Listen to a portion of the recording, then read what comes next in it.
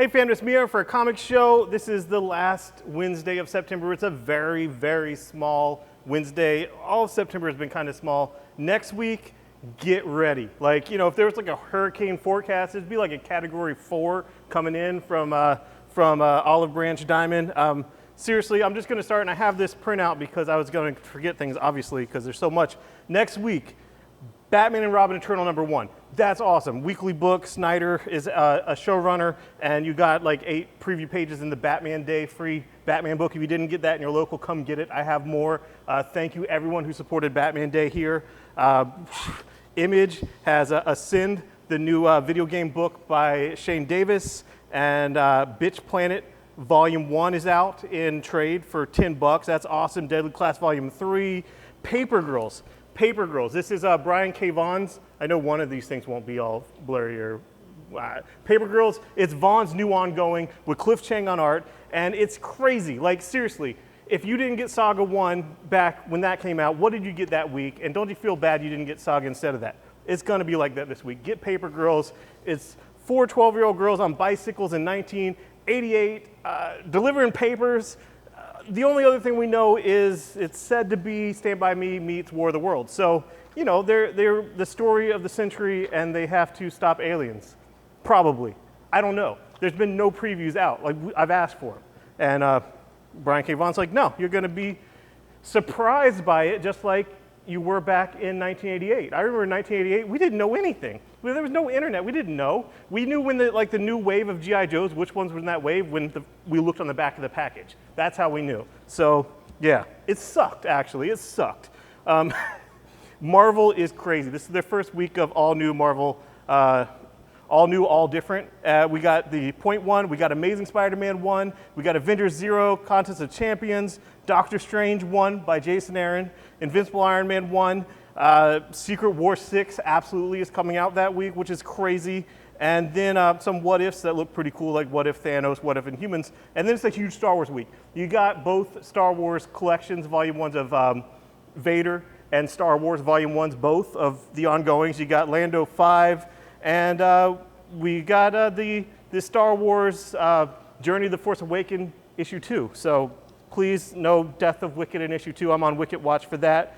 And seriously, get excited about next week. It's insane. This week, there was some cool scenes with the Phoenix in X-Men 92. I'm excited about that being an ongoing. Shield 10, it's Wade writing Howard the Duck. This is an entirely Howard the Duck-centric one-shot issue. So if you are a big Howard the Duck fan, absolutely get it. Don't worry that it says 10. Pretend like that's like a new way of 1, like 0, 1, 0. That's 1. It's a one-shot. Get it. Enjoy it if you like Howard the Duck. And if you don't like Howard the Duck, start liking Howard the Duck. He's awesome. DC. Darkseid War, issue, like part 4, it's Justice League 44. This was just a tour de force. Every page was sheer badassery. This is like all the new gods reimagined for today. And the artwork by Faye Book is awesome. Jeff Johns, it makes me miss him so bad. When I read this every month when it comes out, I just remember back in the day when he would have like 3, 4 books out a month and it was insane. But do not pass this up. I don't care if you're not reading any DC books at all. You should still be reading this. It is insane. I don't want to spoil anything, but there's all these badass moments in there with these gods and men where the Justice League characters that are men with powers become gods, become new gods. You know this is going to happen. There's one-shots that they've renamed the one-shots Darkseid War Green Lantern, Darkseid War Flash, because gods and men, it's confusing with the gods and monsters animated and the one-shots for that. So seriously read it. It is awesome. The Batman Annual 4, this is Tynion, Snyder's Robin. Basically, Tynion is Scott Snyder's Robin, and that's cool. I'm not devaluing him in any way. Robin is badass. Dick Grayson's badass. Every Robin's badass. And this issue is awesome. This is Bruce Wayne with the amnesia, you know, whatever, not remembering Batman. And he is going to the manor for the first time. And we have Mr. Freeze, we have Clayface, we have Riddler, and there's a huge fight. We got a one-handed Alfred with a shotgun. I don't know how that works, but it does. And it was really great. Seriously, if you're reading the regular Batman title, you need to get it, like all the Batman annuals. They've always been imperative. They've always been a great story, but they've always gone back to those in the future arcs, whether it was 0 Year or the Joker, Death of the Family, or Endgame. It's always been the annuals are important. Grayson, great story. I love Seeley and King, and I like this. There's little flashbacks. There's the modern stuff with Clark, Superman, and Grayson. They got Alfred's hand wrong once, and it's not a flashback because Bruce Wayne has a beard. They have him with 2 hands. Sort of pulled me out of the story and pissed me off. That's why I'm commenting on it. That was effing annoying, but it's a great story, and if you're getting Grayson, you should get it. Same with Green Lantern. If you're getting Green Lantern, you should get this annual because it has more to do with how he is this outlaw now, outcast, whatever, and what his relationship with the Corps now is. Who knows what's going to happen with that and the Lost Army. Maybe that story's going to dovetail into Green Lantern, which would be great, but it's pretty important if you're getting Green Lantern to get that. And Sandman Overture 6 is out. 2 covers, final issue, amazing art. I'm going to go home and read it. It's not one that I want to just read super fast before making a video. I'm going to sit down and read like all 6 in one sitting and enjoy the hell out of it.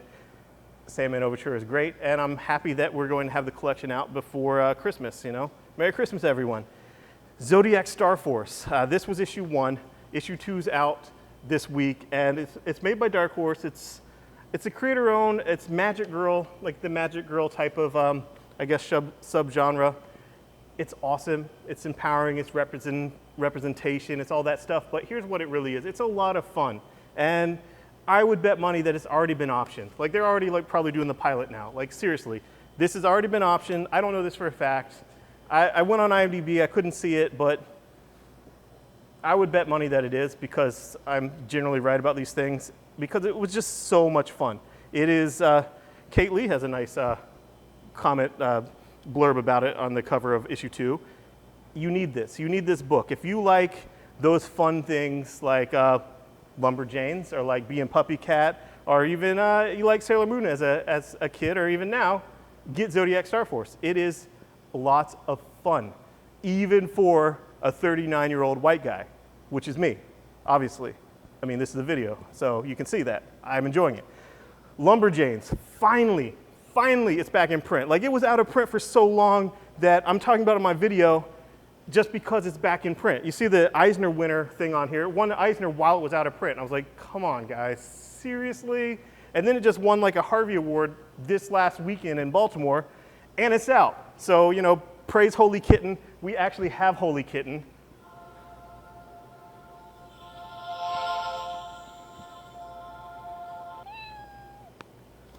I got a Holy Kitten for my daughter. She fell in love with it. She loves Holy Kitten. Now I can bring home Lumberjanes and actually read her the comic because it was, out of print for so long. But lots of fun. I enjoy that book. And, you don't have to take my word for it.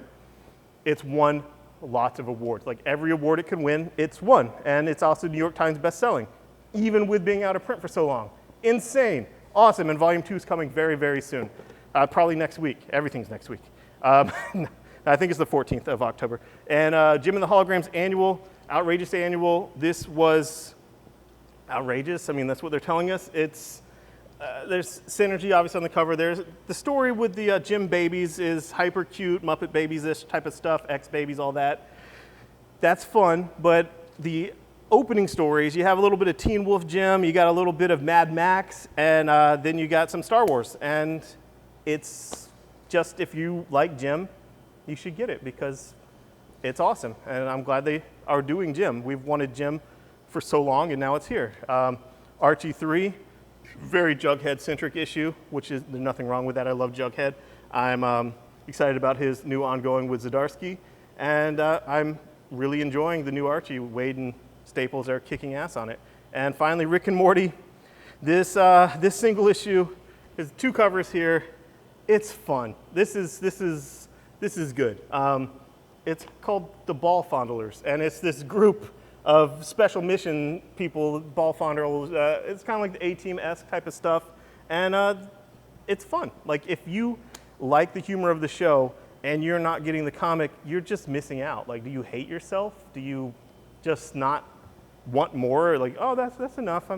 I'm fine with just watching an episode every. I mean, maybe you're just waiting for the trade and you're going to read that between seasons. That's smart too. I'm not going to knock that. But this issue was awesome, and every issue is independent. You can read all by itself and enjoy it, and then go on with your life and wait for the next episode, and then read the next issue, and then watch a few more episodes and read the next issue. Rick and Morty's awesome, and I'm loving it. So thanks for watching. Get ready for next week. It's going to be a hurricane of books, and I'm so excited. And add Paper Girls to your pull wherever you're at, because not every store probably orders it pretty heavy. I saw an article that a lot of stores didn't really order much at all because they're like, what is this? I don't know.